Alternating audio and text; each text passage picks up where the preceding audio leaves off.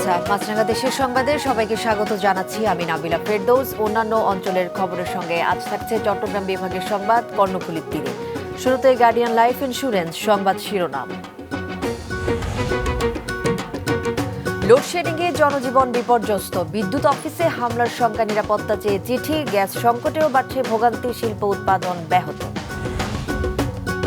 সাভারের বনগাঁওয়ে বোমা উদ্ধারের পর নিষ্ক্রিয় করেছে পুলিশ, হেমায়েতপুর থেকে ককটেল ও বিস্ফোরক জব্দ, বরিশাল কোর্ট চত্বরে ককটেল বিস্ফোরক। শুনছিলেন শিরোনাম, এবার বিস্তারিত। প্রচণ্ড গরমের মধ্যে দেশ জুড়ে শুরু হয়েছে তীব্র লোডশেডিং। শহরের চেয়ে গ্রামের পরিস্থিতি আরও ভয়াবহ। চাহিদার বিপরীতে অর্ধেকেরও কম বিদ্যুৎ সরবরাহ করা হচ্ছে অনেক জেলায়। এর মারাত্মক নেতিবাচক প্রভাব পড়ছে সাধারণ জনজীবন থেকে শুরু করে পোল্ট্রি সহ বিভিন্ন শিল্প কারখানার উৎপাদনে। বিদ্যুৎ অফিসে হামলার শঙ্কায় ৮০টি পল্লী বিদ্যুৎ সমিতির অফিস ও স্থাপনা নিরাপত্তা চেয়ে পুলিশের কাছে চিঠি দিয়েছে বাংলাদেশ পল্লী বিদ্যুৎ অ্যাসোসিয়েশন। ডেস্ক রিপোর্টে বিস্তারিত। গোপালগঞ্জে দৈনিক চাহিদার প্রায় অর্ধেক বিদ্যুৎ সরবরাহ করা হচ্ছে। ১৬ মেগাওয়াট চাহিদার বিপরীতে সরবরাহ করা হচ্ছে মাত্র ৮ থেকে ১০ মেগাওয়াট। ১ ঘন্টা পর পর লোডশেডিং হচ্ছে পুরো জেলায়। এই কারণে যে কোনো সময় বিদ্যুৎ অফিসে হামলার আশঙ্কায় নিরাপত্তা চেয়ে পুলিশ সুপারের কাছে চিঠি দিয়েছে জেলা বিদ্যুৎ বিভাগ। পাওয়ার ডিস্ট্রিবিউশন কোম্পানি তার একটা স্থাপনা আমাদের গোপালগঞ্জে রয়েছে এবং এটা আমার পৌরসভার ভিতরে। আমরা এটাকে যে কোনো বিদ্যুৎ স্টেশনকে আমরা কেপিআই এর মতো মনে করে নিরাপত্তা প্রদান করি এবং এখানে নিরাপত্তা ব্যবস্থা অলরেডি বিরাজমান আছে। পরিস্থিতির আরও অবনতির আশঙ্কায় দেশের ৮০টি পল্লী বিদ্যুৎ সমিতির অফিস, উপকেন্দ্র ও গুরুত্বপূর্ণ স্থাপনায় নিরাপত্তা জোরদারের অনুরোধ জানিয়ে পুলিশ সুপারের কাছে চিঠি দিয়েছে বাংলাদেশ পল্লী বিদ্যুৎ অ্যাসোসিয়েশন। পাওয়ার গ্রিড কোম্পানির তথ্য অনুযায়ী জ্বালানি সংকট ও মেরামতের কারণে দেশে মোট ১৩৭টি বিদ্যুৎ উৎপাদন কেন্দ্রের মধ্যে বন্ধ রয়েছে ৪১টি। সারা দেশে দৈনিক ১৬,৫০০ মেগাওয়াট চাহিদার বিপরীতে উৎপাদন হচ্ছে ১২ থেকে ১৩,০০০ মেগাওয়াট। দৈনিক ৩ থেকে ৪,০০০ মেগাওয়াট ঘাটতির কারণে সারা দেশে তীব্র লোডশেডিং হচ্ছে। লোডশেডিংয়ের কারণে অন্ধকারে টর্চ জ্বালিয়ে কাজ করছে চুয়াডাঙ্গার বাসিন্দারা। এই কারণে একবার বিদ্যুৎ চলে গেলে কখন আবার দেখা মিলবে এর কোনো উত্তর নেই কারো কাছে। বিদ্যুৎ বিভাগ বলছে জেলায় দৈনিক ২৫ মেগাওয়াট বিদ্যুৎ চাহিদার বিপরীতে মিলছে মাত্র ১৪ থেকে ১৫ মেগাওয়াট। কারেন্ট কয়েক ঘন্টা থাকছে তা বলতে পারবো, তবে ১৬ ঘন্টা করে লোডশেডিং হচ্ছে, ১ ঘন্টার বেশি। এই বিদ্যুৎ যাচ্ছে, এই আসতেছে, দেখা যাচ্ছে এই কাজ করতেছি, আবার অসহ্য গরম।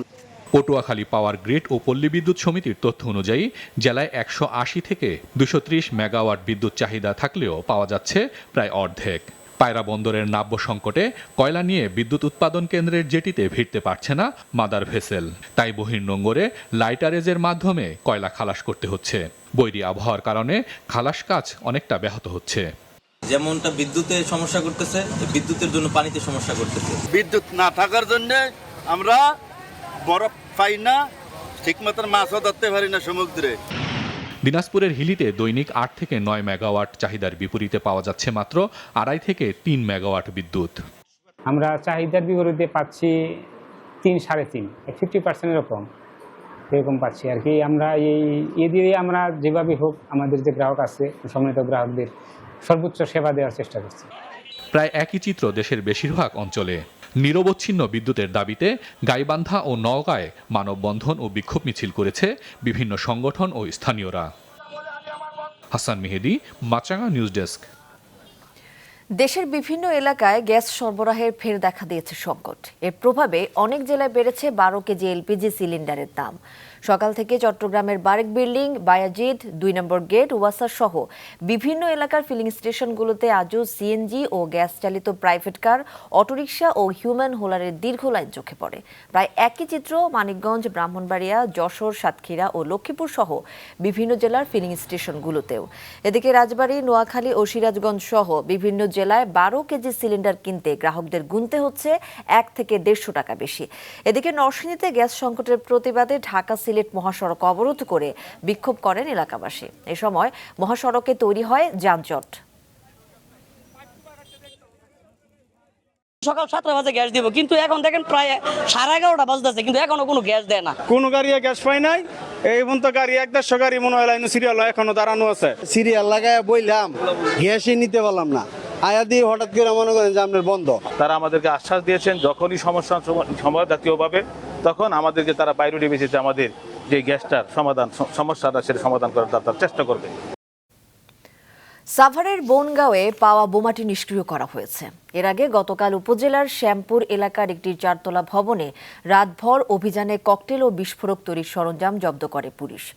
সাভার রিপোর্টার সৈয়দ হাসিবের পাঠানো তথ্য, ছবিতে ডেস্ক রিপোর্ট। সকালে সাভারের বনগাঁওয়ের সাদাপুর গোপের বাড়ি লালটেক ঘোড়া মসজিদ মাঠে নীল রঙের প্লাস্টিকের ড্রামে কাপড় চোপড় সহ উপরিভাগ স্কচ টেপে মোড়ানো একটি প্রেসার কুকার দেখতে পান স্থানীয়রা। খবর পেয়ে তাতে বিস্ফোরক থাকতে পারে সন্দেহে পুরো মাঠটি নিরাপত্তা বেষ্টনীতে ঘিরে রাখে পুলিশ। তাদের সঙ্গে যোগ দেয় বোমা নিষ্ক্রিয়করণ দলও। পরে বিকাল 3:30টায় বোমাটি নিষ্ক্রিয় করে তারা। এই ঘটনায় এলাকাবাসীর মধ্যে আতঙ্ক ছড়িয়ে পড়ে। সকালে কিছু অপরিচিত লোক, আপনার 2জন লোক এসে ওই অটো দিয়ে এসে ওইটা তাড়াহুড়া করে নিয়ে যায় আর কি। তো পানি দেওয়ার সময় একটা ড্রাম দেখছিলাম, তখন ড্রাম দেখে গেছিলাম, তারপরে উপরে গেছি আমরা পড়ার জন্য। তো উপরে যাওয়ার পরে তারপরে আমরা নিচে এসে দেখি যে এই ড্রামটা নাই। প্রেসার কুকারের মধ্যে কস্টিপ লাগানো, 3-4টা তারের মাথা বের করানো, এটা বোম জাতীয় কিছু মনে হইলো আর কি।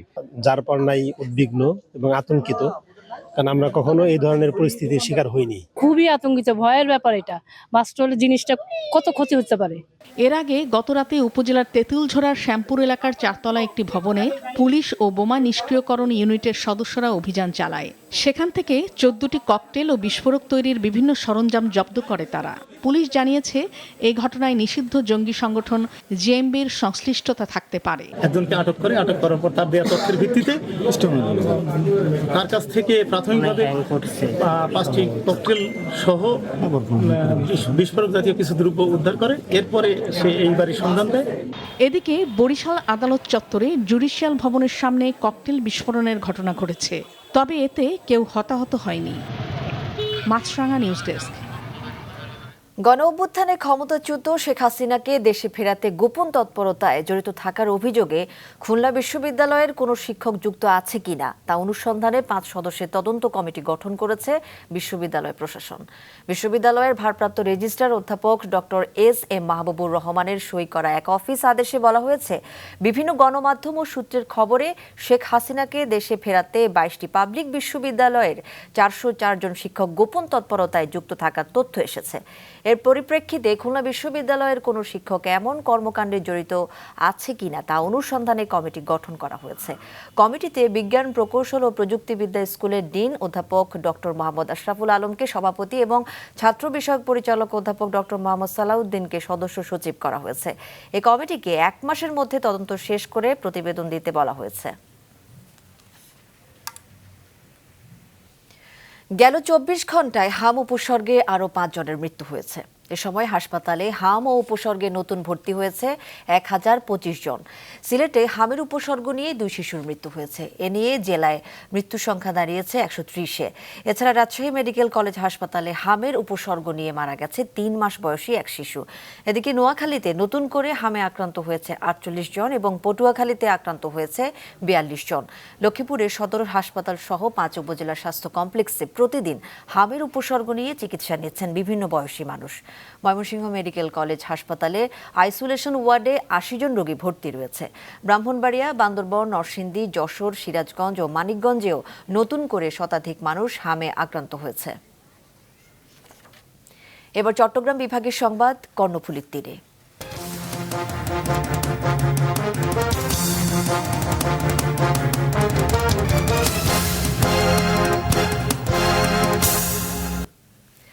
নানা সংকটে চট্টগ্রাম বন্দরে স্বাভাবিক ব্যবসায়িক কার্যক্রম বাধাগ্রস্ত হচ্ছে বলে দীর্ঘদিনের দাবি ব্যবসায়ীদের।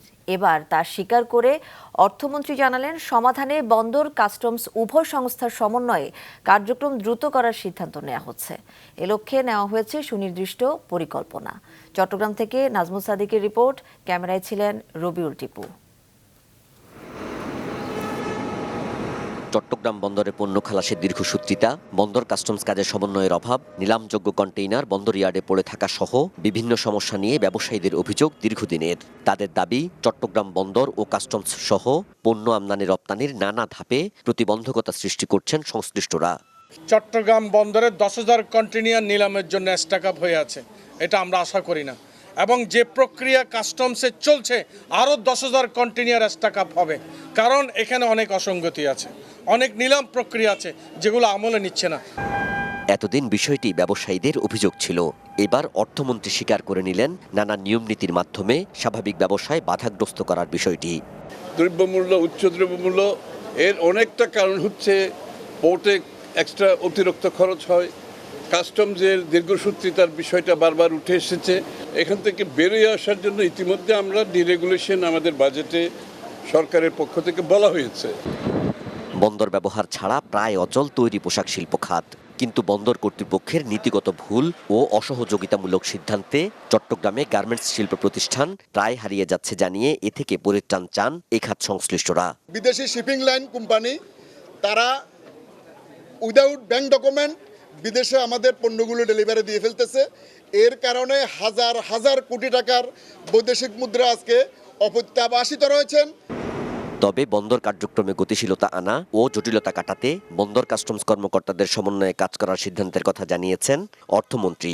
কোথায় কোথায় সমস্যাগুলো আছে, প্রত্যেকটি সমস্যা আমরা আইডেন্টিফাই করেছি, চিহ্নিত করেছি এবং প্রত্যেকটি সমস্যার সমাধান কি হওয়া দরকার সিদ্ধান্তও নিয়েছি এবং কত সময়ের মধ্যে কোন সিদ্ধান্তটা বাস্তবায়ন হবে সেটারও সিদ্ধান্ত নিয়েছে। কোনো বাধা ছাড়াই বন্দর থেকে পণ্য খালাস হবে, আর যারাই বন্দর চালাক তাদেরকে সরকারের নিয়ম মেনে চলতে হবে বলে জানান তিনি। নাজমুল সাদিকি, মাছরাঙ্গা সংবাদ, চট্টগ্রাম। চাঁদাবাজি মামলায় চট্টগ্রামের শীর্ষ সন্ত্রাসী মোবারক হোসেন ইমন প্রকাশ ডেভিড ইমনের 5 দিনের রিমান্ড মঞ্জুর করেছে আদালত। দুপুরে চট্টগ্রাম জুডিশিয়াল ম্যাজিস্ট্রেট লোকমান হাকিম রিমান্ড মঞ্জুর করেন।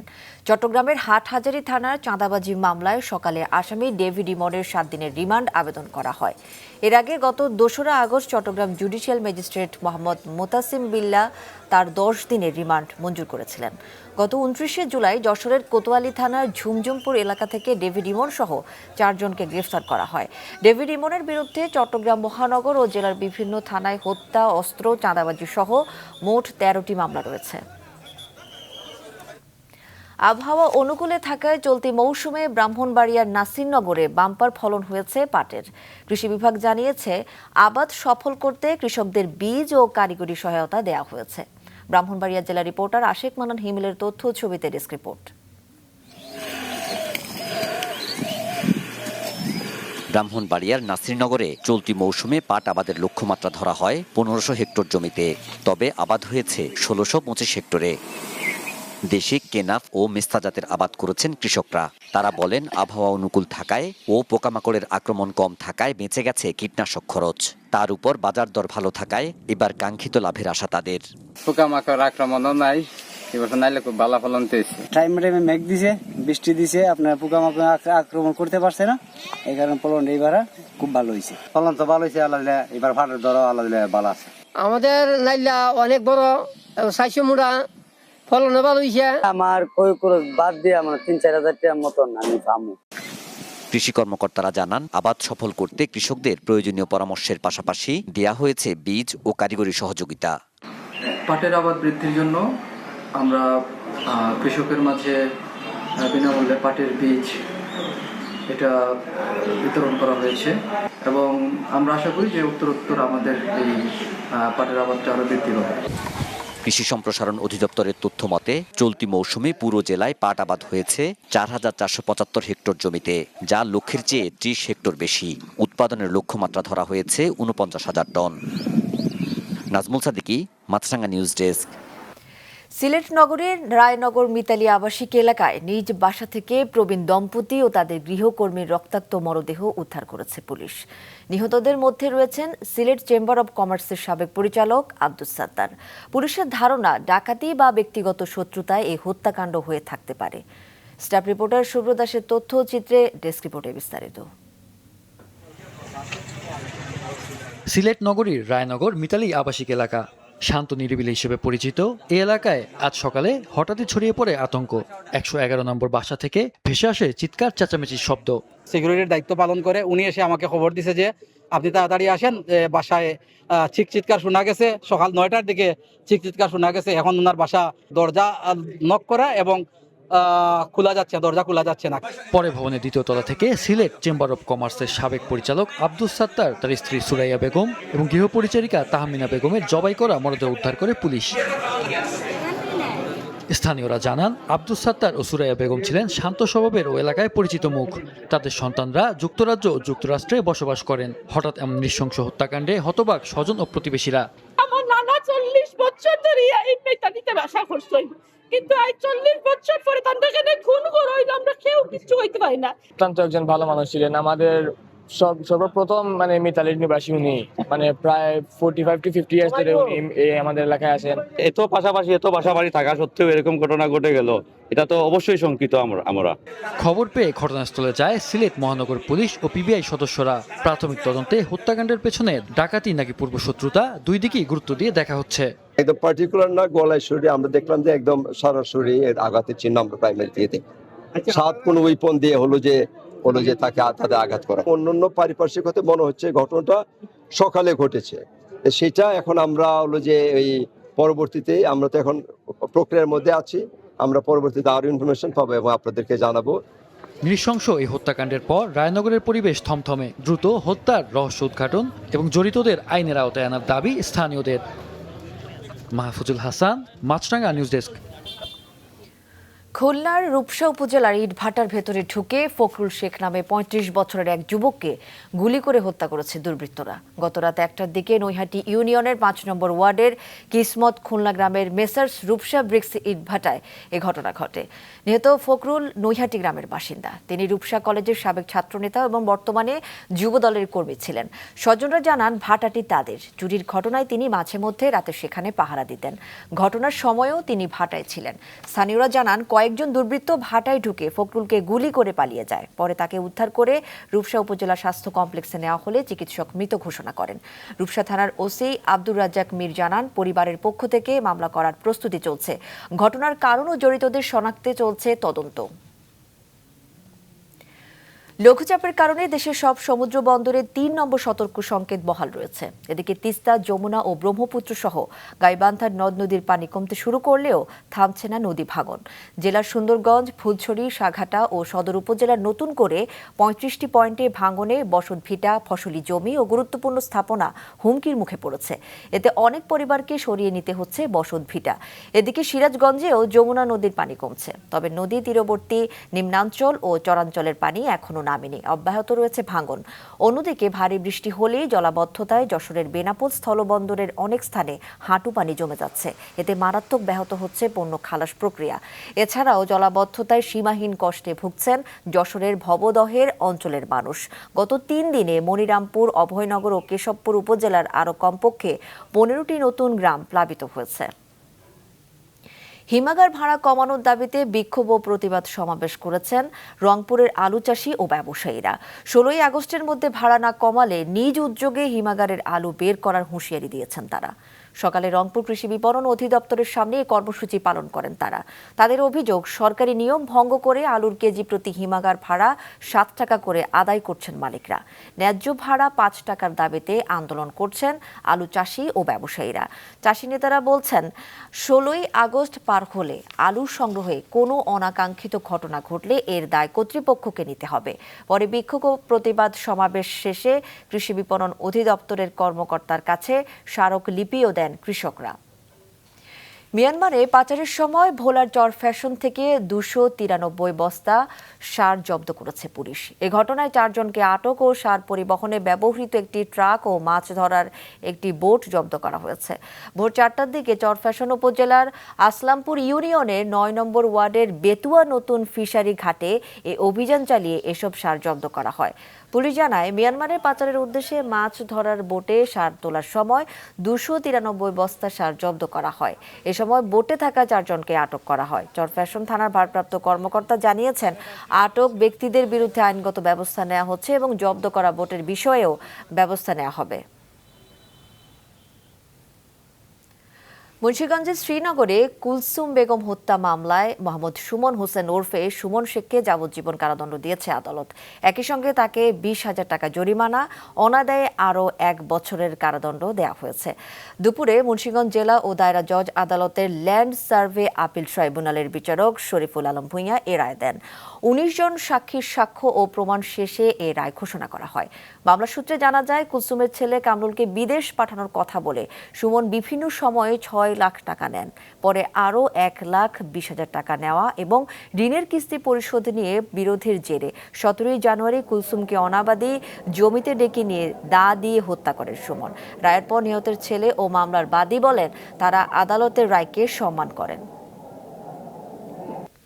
পরিবেশের ভারসাম্য রক্ষা ও সবুজায়নের লক্ষ্যে কুমিল্লার নবগঠিত বাংরা উপজেলার বৃক্ষরোপণ কর্মসূচি ও শিক্ষার্থীদের মাঝে গাছের চারা বিতরণ করা হয়েছে।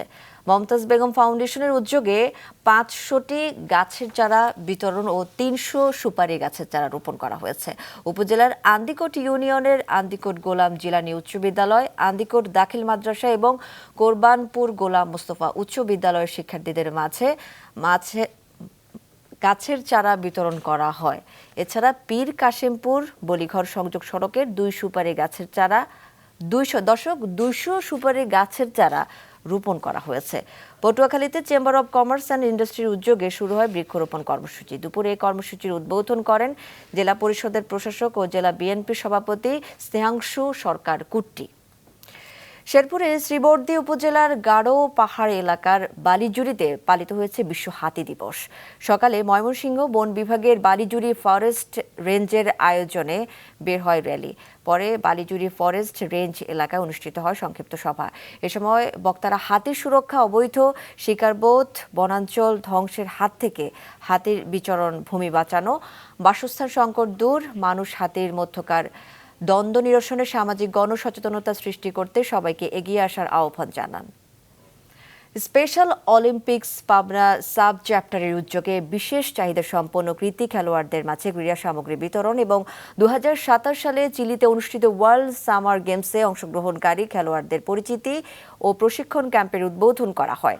সকালে এ উপলক্ষে জেলা ক্রীড়া সংস্থার ফি ম শামসুল আরেফিন জিমনেশিয়ামে জেলা প্রশাসক মোহাম্মদ আমিনুল ইসলামের সভাপতিত্বে ও স্পেশাল অলিম্পিক্স পাবনা সাব চ্যাপ্টারের সাধারণ সম্পাদক রেজাউল হোসেন বাদশার সঞ্চালনায় এক অনুষ্ঠানে প্রধান অতিথি ছিলেন জেলা পরিষদের প্রশাসক বীর মুক্তিযোদ্ধা জহুরুল ইসলাম বিশু।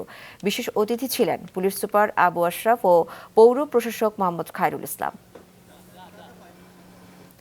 দর্শক, মাছরাঙ্গা দেশের সংবাদ শেষ করার আগে গার্ডিয়ান লাইফ ইন্স্যুরেন্স সংবাদ শিরোনামগুলো আরও একবার। লোডশেডিংয়ে জনজীবন বিপর্যস্ত, বিদ্যুৎ অফিসে হামলার শঙ্কা, নিরাপত্তা চেয়ে চিঠি, গ্যাস সংকটেও বাড়ছে ভোগান্তি, শিল্প উৎপাদন ব্যাহত। সাভারের বনগাঁওয়ে অভিযানের পর পাওয়া বোমাটি নিষ্ক্রিয় করেছে পুলিশ। হেমায়েতপুর থেকে ককটেল ও বিস্ফোরক জব্দ, বরিশাল কোর্ট চত্বরে ককটেল বিস্ফোরক। এবং সিলেটে বাসা থেকে সাবেক চেম্বার পরিচালক আব্দুস সাত্তার ও তার স্ত্রী এবং গৃহকর্মীর মরদেহ উদ্ধার, হত্যাকাণ্ড বলে ধারণা পুলিশের। দর্শক, এ ছিল এখনকার মতো। আমাদের পরবর্তী আয়োজন নিউজ শো সন্ধ্যা 6টায় দেখার আমন্ত্রণ রইল।